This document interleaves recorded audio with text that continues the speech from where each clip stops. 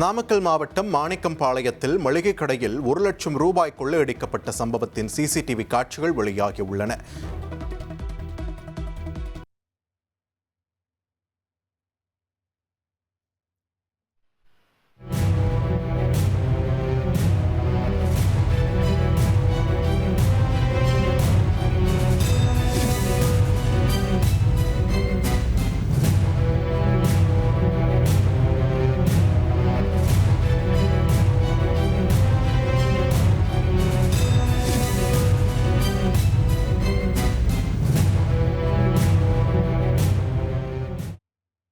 கடந்த 16ஆம் தேதி பொருட்கள் வாங்குவது போல வந்த இருவர் கடையை நோட்டமிட்டதாக கூறப்படுகிறது.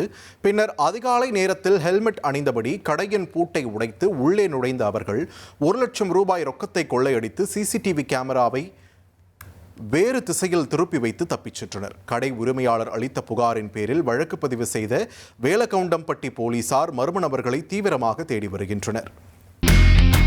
இனி செல்லும் இடமெல்லாம் செய்தி.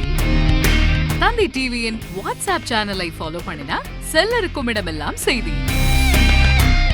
இதோ QR கோட் இப்பவே ஸ்கேன் பண்ணுங்க, ஃபாலோ பண்ணுங்க.